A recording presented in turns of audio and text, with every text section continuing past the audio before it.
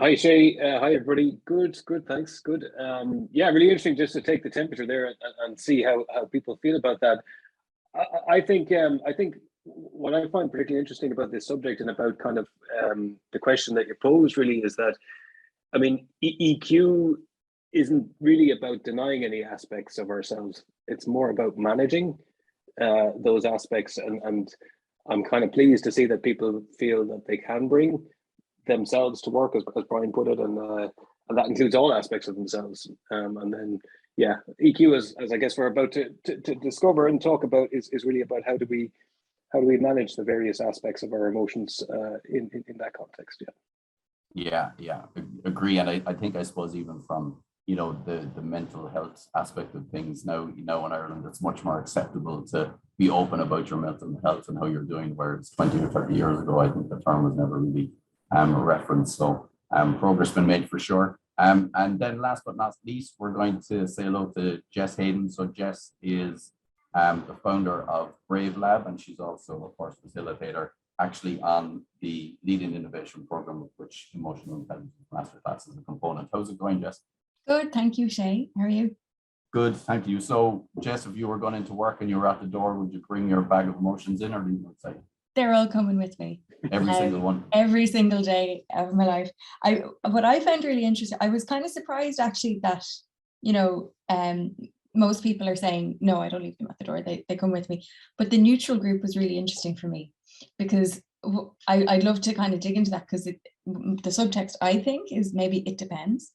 Like, how appropriate is the emotion that I have right now for what's going on in work, and like maybe it's okay to bring it in, and maybe it's not. And it's kind of interesting. I think it could change maybe day by day, but how okay it is to bring your emotions with you. So really interesting in that. Yeah, I think I was kind of expecting more neutrals, because I thought people would be, it's kind of a depends answer really, isn't it? So what emotions are we talking about, and what might I feel comfortable to bring in? But great to have you all here. So what we're going to do, we're going to kick off with some of the topics. So the first topic that we're going to talk about is the skills within emotional intelligence, or EQ. And we have a thought-provoking question for that. And the question is going to be popped into chat as well. Thanks for that, Hazel. So the question that we're going to start with on the skills within emotional intelligence is, what are the core skills required to master EQ? So Jess, we might start with you on that one, if that's okay. Cool, thank you. I suppose the first thing I want to address in the question is this idea that it can be mastered. And I think, when we're developing skills in an area around emotional intelligence, we can start and we can make progress really quickly. But actually, I think it's a journey that doesn't end. So I don't know what mastery looks like. And I think we'll get very far. And a lot of people, like, it might take them quite a while to process, a first level of understanding and then move on to the next one. So it'll look different for everybody else. But to talk more about the skills, I think fundamentally what we're looking at is people who are able to be curious about behavior and what's driving it.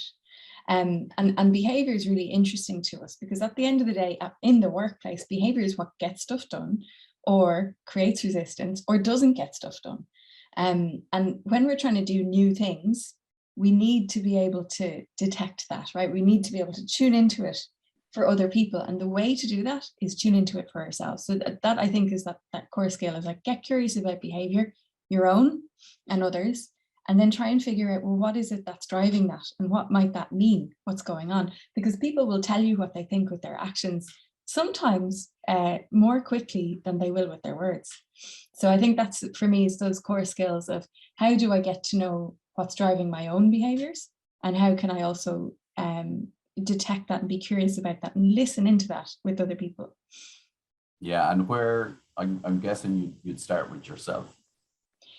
Yeah, I mean, it's one of those things where we can't really do it for other people until we figure out how to do it ourselves. And I think this is a mistake people make pretty frequently, is they try and figure out what's going on without actually having looked at their own. Like, there's things everybody's going to be really well developed at doing, and other things that they won't be as well developed at doing in terms of emotional intelligence. And so trying to figure out like, what are the bits that are clear to me and what are the bits that are still like a bit opaque that I need to dig around a bit. So like some of the actual, tangible kind of skills that we would look at doing is developing awareness around things like preferences.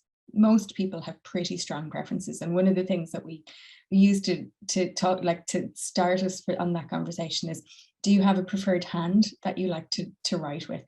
And some people don't, right? But most people do, and that preference can be super strong. But that's the type of variation that we see in preferences when we start talking about them. And then like that, so handedness is one thing, but then we might bring it into more of a relevant thing for the working context. Like when you're processing new information, do you first of all like to think it through on your own in a quiet space, or do you like to talk it through with other people? And then that most people will identify somewhere along that kind of continuum. And it gives us a huge amount of insight about, okay, well, if we're going to tackle something new in an innovation, we have to think about designing for people's preferences around how they process information. So just that's kind of some of the more tangible stuff we do to explore those skills. Yeah, nice, interesting. Catherine's put a comment in the chat around some of the skills that she thinks would be beneficial. So listening skills, maturity, and stress management. So stress management is a big one, Jess, obviously, but trying to put yourself in the right environment to moderate your stress and try to manage it as best as possible, I guess. Yeah, like there's a really great tool that we use, comes from the Energy Project, where you just look at everything that you spend your working time on, and there will be things that have you feeling energized afterwards, and things that will have you feeling defeated or deflated afterwards. And you can do simple things to design your day, where we say tackle the harder, the novel tasks first thing when you're well rested, and you're kind of, your arousal levels in terms of the performance curve are optimal, and don't be attempting complex negotiations after lunch, or if you have to, recuperate afterwards. Makes sense. Yeah, make sure you have your lunch first of all, and if you're moving into something after lunchtime. Yeah. Thanks for that, Jess. Brian, we might go to you next just on this subject. So any additional thoughts there on the skills within EQ? Well, yeah, I agree with Jess that you start with looking at yourself first of all, and maybe not specifically skills, but just first of all being aware of your own emotions and your own behaviors, how you react to certain situations. I think that's a great place to start, and also really positive to hear. And it's only something I've probably learned recently enough, is that these are skills that you can actually train, you can actually learn as well. So that's a real benefit, because it's definitely something I have been working on over the last number of years, being aware, self-awareness, being able to control emotions in a given situation.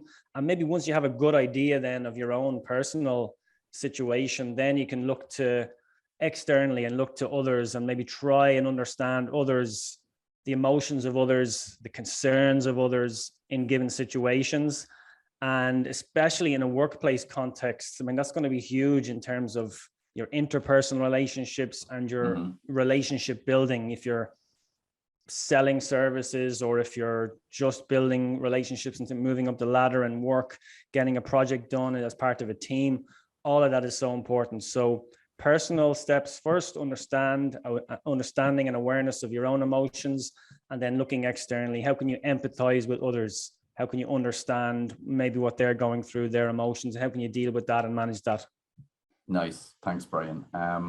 Dan, any additional thoughts on this subject?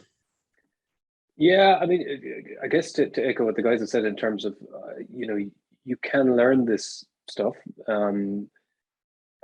Also, I think it's important to start from where you're at. So some people will kind of have, and I'm certainly have been guilty of this in the past, of defining yourself as being either this or that. And it's rarely ever a kind of binary sort of situation where, and we should sort of consider how we always have the potential to grow in this area. So just as the guys have said, it's not necessarily a journey that has a start and an end. or maybe more so that it does have a start, and a little bit of work can be done to understand where that start is for a given individual. I suppose it's worth mentioning what I kind of understand by EQ in this context, you know. So I mean, I see this as like how we manage ourselves and the relationships that we have, and that can be in professional context, it can be in educational context, it can be personal situations. And often those things are all integrated or overlap to some degree. So the notion that we're kind of one thing in one scenario and then we can flip and be different in another scenario is actually very stressful to try and achieve that, and kind of some acknowledgements that we might need to manage ourselves in different situations as opposed to behave or be different in different situations can be helpful. But I think what's important to acknowledge, you know, around the I suppose developing it as a skill is, I mean, as human beings, you know, we're governed by these kind of psychological and biological processes that we're just, you know, made up of, and understanding that there's more than just what we think about actually happening, and understanding, you know, what drives us individually, but also, you know, biologically, also neurologically, also, you know, because I think, and we'll probably get into it a little bit later on, but that sort of fight flight response is something that can really put us in a situation that I suppose tests our EQ, and tests where we might be in relation to that. A wise person once said to me, you know, you learn a lot about yourself and other people in challenging situations. And it's often challenging situations where we have that sort of fight flight response. But maybe just to mention on the preferences front, I think that's a really interesting, really important one as well. And, you know, I think introversion and extroversion feeds into that as well. I think there's lots of tools out there. Jess mentioned some of them to help us and to help our teams have a better sense of what individual preferences exist, and then maybe adapt, you know, our working styles based on that. And obviously we sometimes have used the Bachelor profile for that. There's also DISC, you know, Myers-Briggs, and people have different opinions on these, but I think people will probably agree that they do yield some sort of information that's helpful in terms of where we are at a given time, at least in relation to certain preferences. Yeah, and I suppose maybe you mentioned that, like, you need to start from where you are at, so those tools can give you an idea of you know, somewhere where that starting point is. And it also kind of sounds like there is a start, but maybe with EQ there isn't necessarily a finish line, and it's a continuous thing, and we're always building on it and getting better. An interesting point you made, Dan, as well, about the environment. So depending on your work environment, or it could be your personal environment, essentially you probably have the same preferences, and what happens at home might, you know, dial into what happens in work. And Martina kind of had a comment there. For her, emotional intelligence starts at home in your personal life, and maybe there's less external influences at home, and in work there's more influences that can knock you off track. So maybe a nice foundation there. Okay, please keep putting in your questions or thoughts in the chat, everyone. Really useful to get your insight into the discussion that's happening. We're going to move on to the next topic now, and the next topic is about how emotional intelligence can impact performance and team dynamics. And the kind of thought-provoking question we're going to ask here, which will be popped into chat just now, is how can an increased awareness of our emotional strengths and needs improve team performance? So, Brian, we might start with you on this one. So how can increased awareness of our emotional strengths and needs improve team performance? I mean, in a team setting, think about the environment you're working in. Is it like a coffee shop, fast-paced coffee shop at rush hour? Is it maybe a nursing station? Is it a very different? Is it a sporting environment? You're playing in front of a crowd.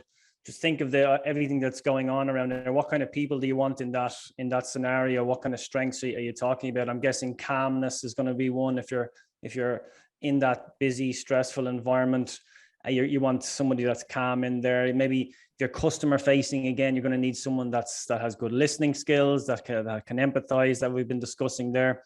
To use a sports analogy, it's almost like you're picking a team, but from a rugby perspective, you're not going to put a prop out in the wing, and you're not going to put a winger in the front of the scrum. So how can you manage your team? How can you best understand your team? And because we all have strengths, we all have weaknesses, and it's about, as Dan mentioned, some of the tools we can use. Can we understand just that little bit better ourselves, and from a team perspective, how we can best utilize our strengths and to maximize them in the team setting.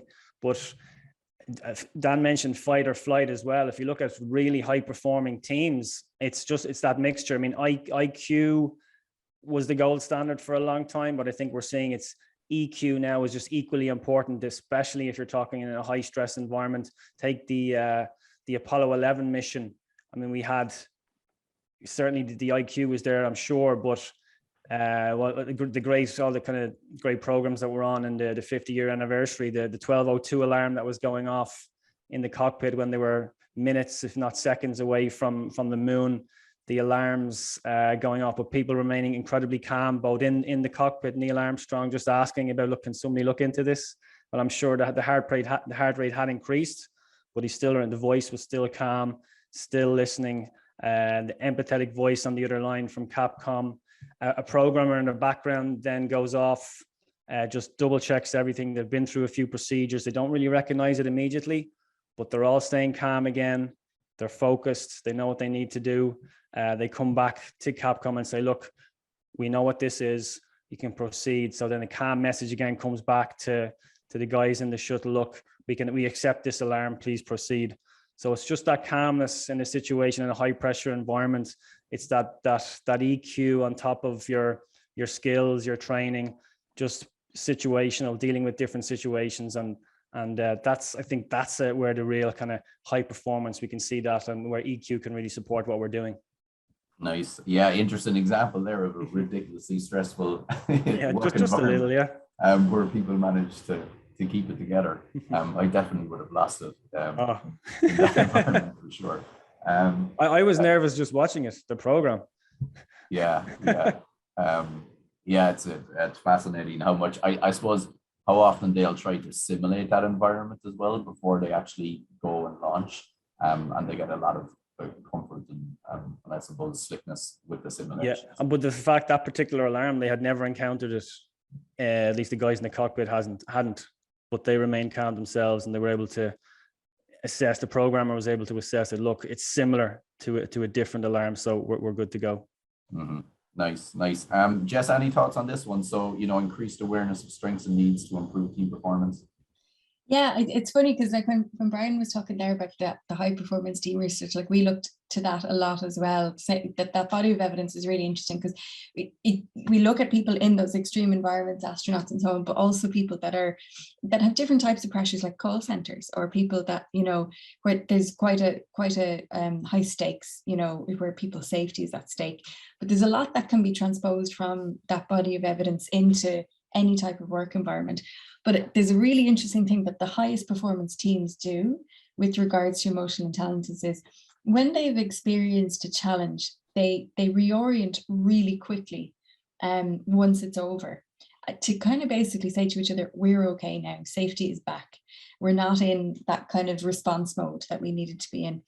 And we also see them do something really interesting, which I think allows them to have that level of calmness.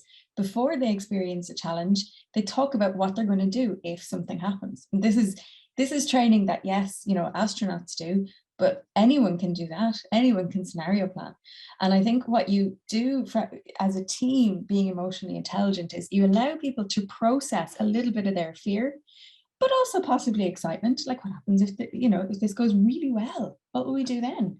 Oh, wow, well, we'd have to hire more people, and we'd have to get them trained up, and it'd be really busy, but it'd be great. Like, allowing people to process that emotion and think through the consequences and the impacts of something beforehand means that if and when it does happen, it's not going to flummox them. They're not going to feel like the rug's being pulled from underneath them and they won't know what to do because it's been talked about. Now, you'll still get a few nerves, and that's fine, but it does dampen that effect. And this is the thing, like with those, deep level responses and the bodily responses to difficult situations, that can cause people to freeze up or disengage completely, like fly away. That's it. I can't do it anymore.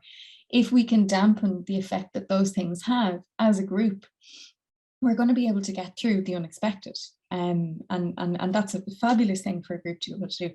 One final thing on the EQ side that I love this about high performance teams, they use humor to normalize and say, we're safe again now. We can actually get back to what it was we were doing before, because it's okay now. And you'll find that these teams that have been through a challenge, they have really refined ways where they'll joke about stuff and to normalize it and move on. And that comes from, again, having put the groundwork in to give that space to people to talk about, like, actually, I'm a bit concerned if this happens in Q2. I don't think we'll be able to take it on. Give people that space to bring the emotional words that they might use to describe the impact of something. Give them the space early, so that if and when it doesn't have this huge effect on people. Have you, like, in your personal work experience, have you seen that done like very well in any company or role? For sure, and I think it can be done really simply, actually. And one of the things that we have advised lately a lot of clients is loads of people are virtual working now, and they had done so in a reactive way. They hadn't. Normally in an in-person environment, we detect if something hasn't gone down well, right? You can see eye rolls, you can see people just turning away and things like that. We don't pick up on those things as well in the virtual environment. So our advice to people has been, build that space into your meetings. Ask people to describe what if scenarios. What would the team do if this happened or that happened?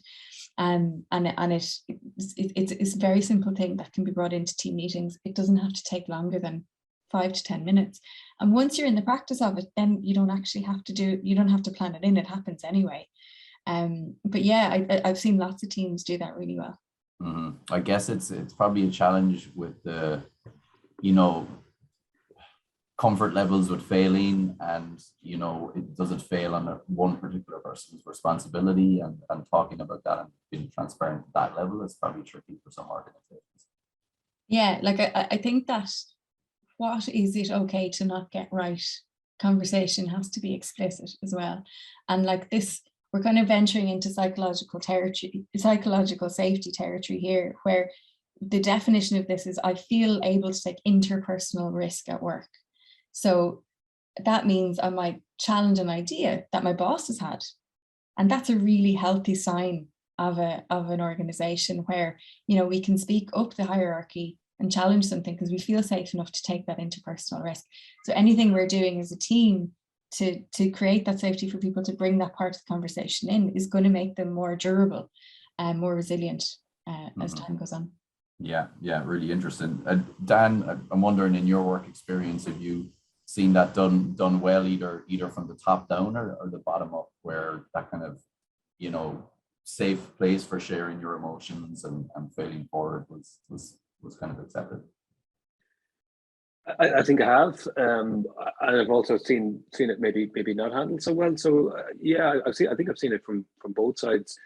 I think actually, I think it's interesting to maybe pull apart a little bit what we mean by performance and team performance.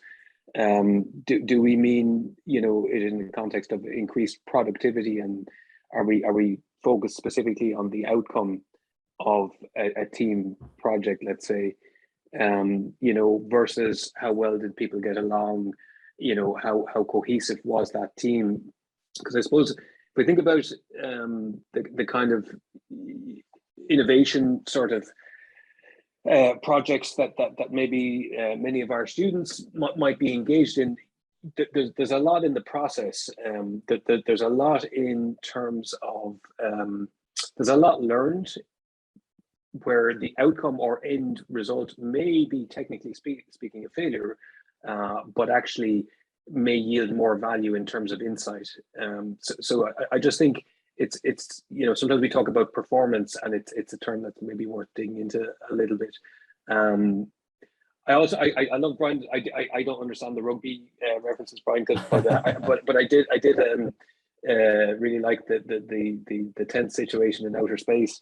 And it'd be really interesting to speak to the people in that and understand, like, what they recall from that experience, because often those experiences are kind of, you're almost outside of yourself a little bit. which actually raises an interesting kind of topic, which is that actually mindfulness is an excellent sort of way to, I suppose, not really bow to your triggers, you know. So if a tense situation, if you know that you respond in a particular way, something as simple as breathing can actually bring you back.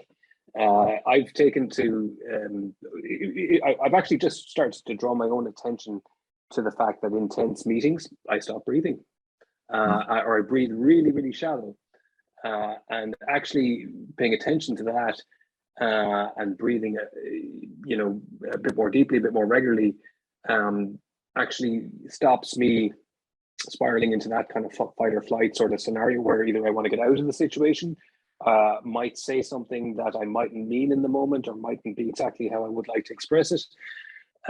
Yeah, so yeah, I suppose it sounds simple, but we just can't underestimate the power of breathing, but also leaning into the moment and the uncomfortable sort of experience when the tendency is to run away. I was really interested in what Jess said about the humor as a way to acknowledge a return to safety. I think that's a really interesting one, because humor is fantastic, but it can differ in terms of people's way to express it. And I sometimes wonder if humor, because sometimes humor can also have a cynical angle. It can also have, you know, different sort of dimensions to it. I sometimes wonder if it can be a way that we deflect, or that we sort of not lean into an uncomfortable situation, let's say. So I think it's really interesting to consider humor in the context of a team situation, and how we sort of acknowledge how we're feeling. I'm just thinking, these are personal kind of thoughts about when people use humor. Sometimes, you know, it can be excellent delivery and it can really lighten the situation, but it can also be a way to not deal with the issue. Yeah, just some thoughts. Yeah, a great example of self-awareness there, Dan. You noticed your breathing change during certain tense meetings. I don't know if I've ever noticed, you know, kept track of my breathing during meetings, but I do know if there's what I perceive to be a conflicting moment happening in a meeting, that my instant reaction is to try to run away. So yeah, which isn't always the most useful reaction to have. A couple of interesting comments in chat. So Jade, thanks for your recommendation on Esther Perel's podcast, How's Work. So gives an idea of your personal and emotional life and how that bleeds into your professional life. Thanks, Catherine, for your thoughts on creating a shared supported atmosphere, which is kind of what we were talking about on psychological safety. And then an interesting comment came in from Kevin there just now around, you know, the big challenge really in this kind of neurodiverse workspace where face-to-face isn't always possible, to try to, you know, how do teams improve EQ in this hybrid kind of workspace? So does anyone have any thoughts on that one? Yeah, I think it's the question of our times, right? And it's so important, and I think what is difficult is that things feel artificial and pre-planned in the virtual world, and they kind of have to be, but over time they don't seem as artificial. But it's a really, because we don't have that space to see that when somebody's making a cup of tea, they're not as chirpy as they normally are, or the big thing to watch out for is uncharacteristic behavior. So people who are acting out of character, again, we don't see them in between the meetings in the corridor or whatever to see that they're not acting out of, to see that they're acting out of character. And it's just so much harder for us to detect when people aren't okay. So there's a couple of things I think in that question. I couldn't actually see it. I don't know why. I just, my chat window stopped at a certain point, but I think there's the topic of neurodiversity and what can teams do in the virtual world to, you know, to be kind of keeping EQ on the agenda. I love this concept of universal design when it comes to how we can come together as a group, and so if we've got people that have specific needs or preferences around how they want to interact. And like we've loads of variation when we look at people with different neurodiverse conditions, and we design for them and we take them into account. Like simple things like giving people the chance to process first before having to give their thoughts, giving people the chance to say they need a pause, giving people written information in advance. So those are all like really tactical things that we can do. But the fundamental stuff that allows us to be open enough to design for different needs, because they might change over time as well. This is the other thing. People's lives change second by second, so we have to be able to respond to them. But the fundamental thing that allows us to do that is empathy. And if we can empathize with the position of others, we grow to trust them much more quickly. And empathy isn't like actually, you know, it's not kind of, you know, there's this difference between empathy and sympathy. It's not feeling sorry for the person or like feeling like you have to do something because of it. It's actually just understanding that's what those pair of shoes feel like. Oh, now I know. Okay, I am more informed. And that's how we can kind of design stuff. The other elements I think teams can do in a virtual world is to build on the kind of framework of competence, integrity, and benevolence. So the three ingredients of team trust. And the competence is like, can they do their jobs? Give people a platform to show that they can do their jobs, especially if we've got new joiners, or if people have joined during the pandemic, we may never have seen them in person. Give them a platform, let them show off what they can do. Integrity, you know, make sure it's clear what the expectations are of people doing their job. But benevolence is really key, is will you treat me nicely when I'm vulnerable? And that is harder to set up online, right? It's harder to see that. But what we can do is model it. We can model benevolence towards other people. And that allows them to say that, like, okay, when the chips are down, it's okay for me to let you know. I can show you my underbelly. I can show you my weak spots.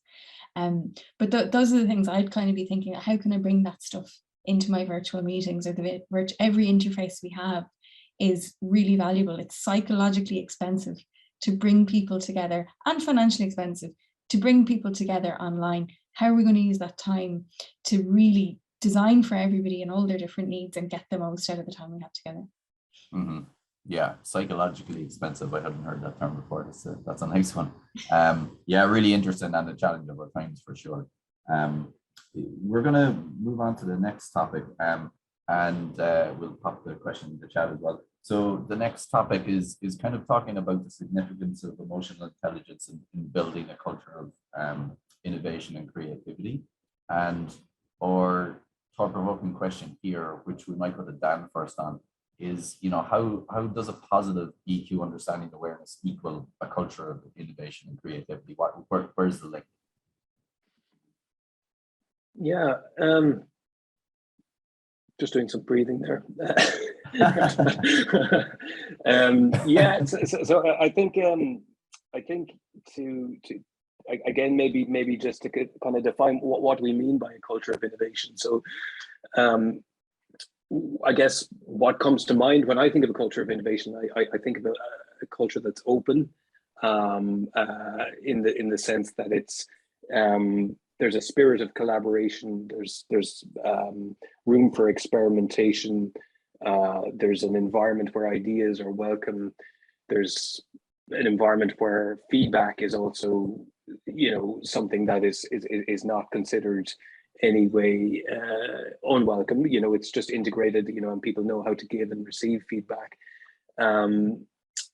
Also, an environment where taking risks is kind of expected almost. You know, we talked a little bit about failure earlier, and the opportunity to sort of do something, to develop a project or an idea, and not everything be weighted on whether that project is a success in the traditional sense of the term. But if a group or an individual can take risks in work and then demonstrate the sort of value in terms of insights and what they've learned from that process, that's a healthy culture, because we're kind of, you know, encouraging people to be curious, encouraging people to sort of push the boundaries, and isn't that what leads to innovation, you know?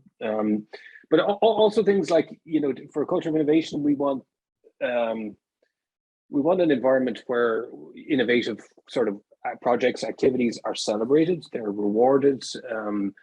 you know, I think one of the things that sometimes is lacking around these sort of things is actually KPIs. It's a bit like, you know, people think creativity, it's kind of an abstract term, so we're not going to try and measure it, you know. And I think sometimes early stage innovation can fall into that sort of bracket.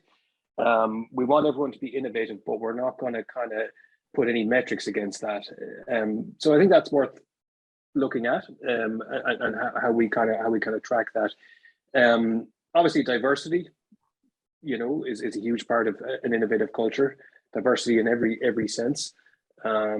So those are the kind of things I suppose that come to mind when I think of a culture of innovation. And how do we then map, you know, EQ to that? So how does EQ interact, or how does EQ promote that kind of culture? So I guess for starters, I think if we think of the culture in the context of an organization, there needs to be role models. So there needs to be people who we can identify within the organization and say, well, okay, that, you know, EQ is strong there, and that they're, I suppose, modeling a behavior, you know, that others would like to also.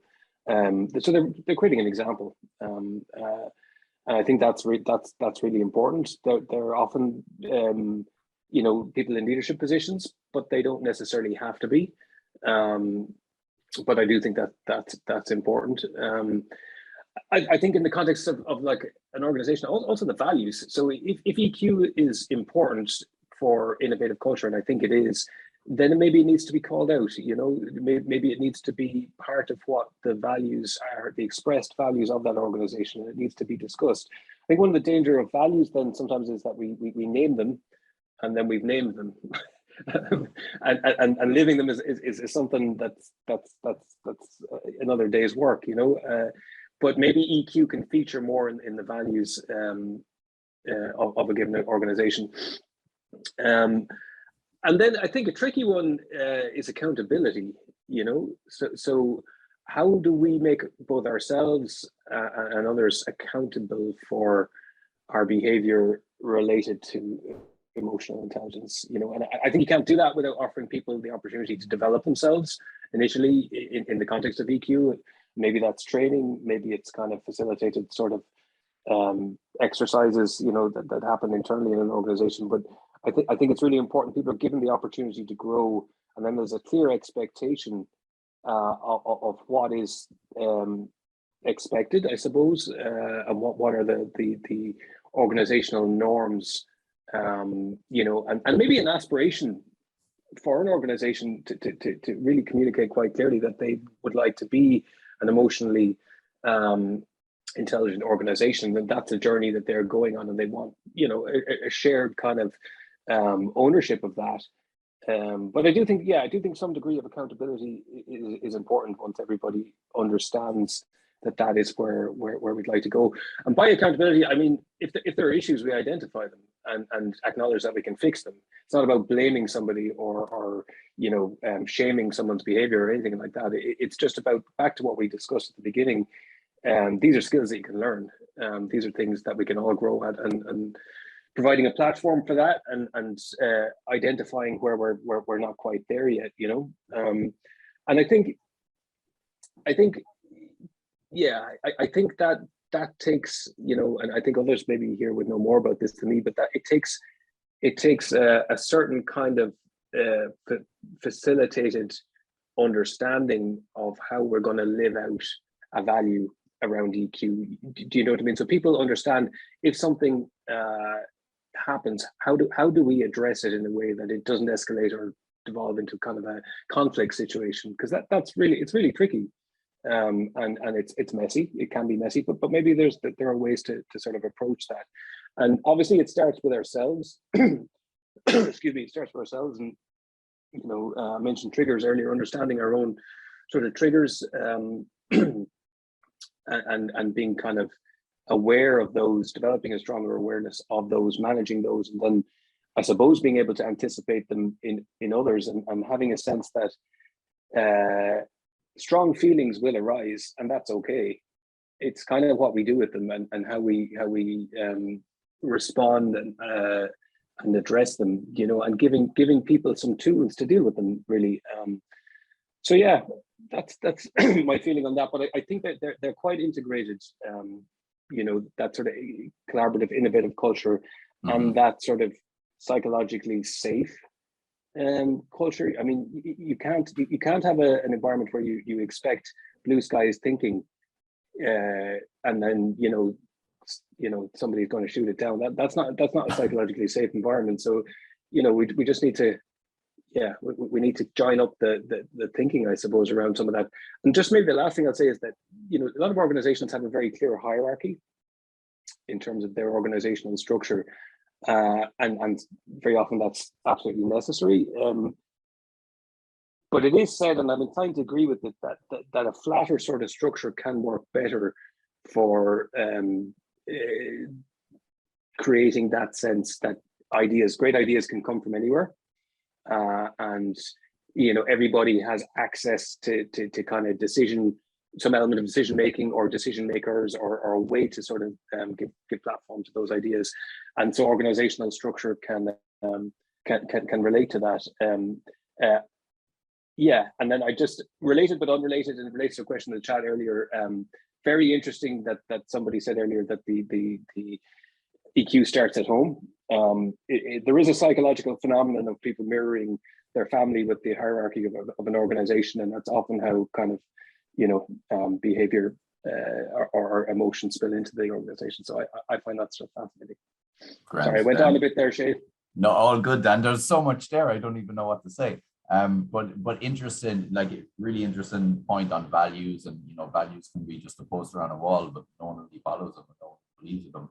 And you know, and then Jess mentioned modeling earlier. So you're going to have values, you need the leadership to model them, but then also what's your hierarchy like? And if it's flatter, is it easier to get that culture across and to create that kind of safe space for failure? Loads of comments in the chat which I can't keep up with, but agree with all of them, and they really were echoing a lot of what the panel were saying. We're going to just move. We've about 11 minutes left, so I don't want to go over time. So I'm going to just share my deck again, and we're just going to have a quick look at the Leading Innovation Program. So this is a slight little sales pitch here. Leading Innovation Program, of which EQ is a big part. So we're really excited to have launched this program. It's starting in early March.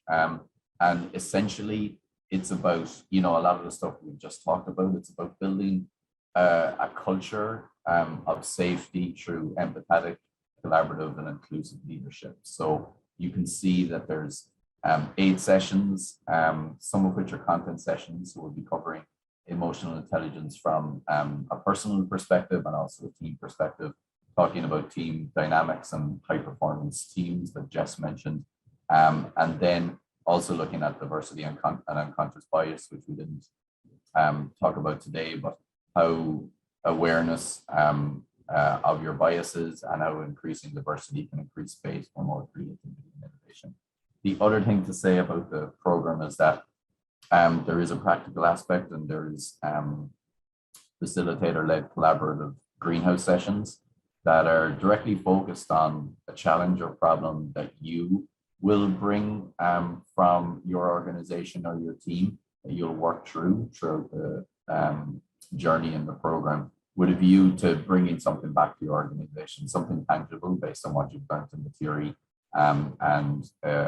Sometimes Jess uses the term stinky fish. So, you know, what's the stinky fish in your pocket that you could ignore, or that you could take out and try to resolve? So, you know, the greenhouse sessions are where maybe you challenge that stinky fish in your organization and try to bring it back to create that richer culture that we talked about.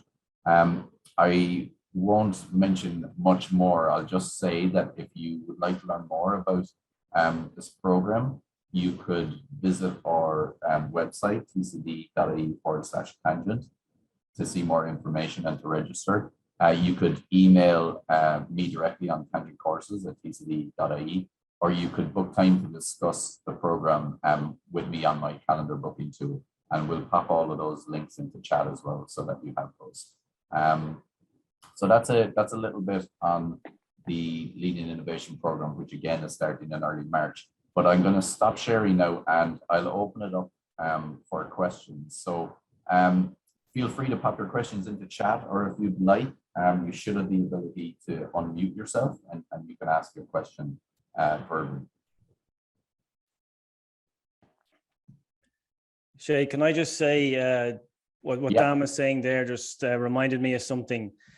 When we were speaking about modeling healthy behaviors or leading by example, and how you create that open environment or open kind of innovative culture, it reminded me of an organization, large organization, about 5,000 employees, but it was a recent all hands, and it was the leader talking to the employees and kind of almost unscripted, but just I kind of caught a few people by surprise, but just talking about a serious mistake. He's one of the co-founders, a serious mistake he had made, and the repercussions of that mistake, but how he was going, what he learned from it, and how he's going about, trying to resolve it and make amends. Well, I mean, it's that kind of idea, that attitude, that leading by example, where this is an environment where it's okay to admit you've made a mistake, and it's not a blame culture. You're not going to be blamed.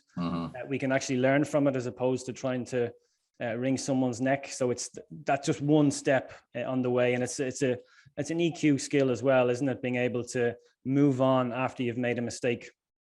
Yeah, perfect. Thanks, Brian. A good example. So the whole room kind of took an intake of breath when he mentioned his big mistake, was it? I think so. And it's a friend of a friend was telling me about it, and how they're an employee, and how impressed they were. This is the guy who pretty much set up this company, grown it to 5,000 people, and it was a bad mistake to make. But he could have easily said nothing. But just was open and honest about it, and talking about it. And it's just helping create that culture where it's okay to make that mistake, to move on, to accept responsibility for it, and to move on. Yeah. In a former organization I worked for, part of the training was for the mentors to actually tell interesting stories about mistakes they've made in the past, just to show that we were also human, and it was also kind of funny. But I guess it was trying to create the same sort of transparent culture. I mean, we've probably all worked in organizations where the lessons learned exercise was more of a who can we blame, who can we pin this on. So it's a little bit different from that. Nice. Again, just a call, if anyone has any questions, feel free to pop them into chat, or you can unmute and ask. If you don't have any questions, just to say thank you very much for attending. I hope you found it useful. And again, you can find more information on our website. And I'm just seeing there, I haven't put the links in the chat, so just give me 1 second and I'll pop those links in the chat. I'll give a final recommendation for high performing teams, and for Dan as well, to learn more about that Apollo 11 mission and the team itself, and to hear from people. There's an excellent podcast, 13 Minutes to the Moon. It's a BBC podcast. It's brilliant. I think it's like 6 or 8 episodes, but it's absolutely fantastic. Real insight into the team and what was going on. Perfect. Is that like a particular area of interest for you, Brian? Yeah. It was a few years ago around that time. It's not normally, but I just was fascinated by it. It's just an amazing story, and you can hear from actually a lot of the people involved. So it was just, brilliant stuff. And it's high production quality in the podcast as well. It helps. Hans Zimmer has kind of composed music just for the podcast as well. Okay, yeah, high production values. Yeah. Okay, thanks a million for the recommendation. I've just popped in the link for booking time in my calendar, and also the link to the program, everyone. But thanks very much, Brian. Thank you very much for your input, Dan, as well. And Jess, thanks a million. Hope you all have a good day. And for everyone who's attended, thank you very much, and maybe I'll talk to you soon. Thanks, guys. Thanks, everyone. Thanks, everyone. Bye. Thanks, bye.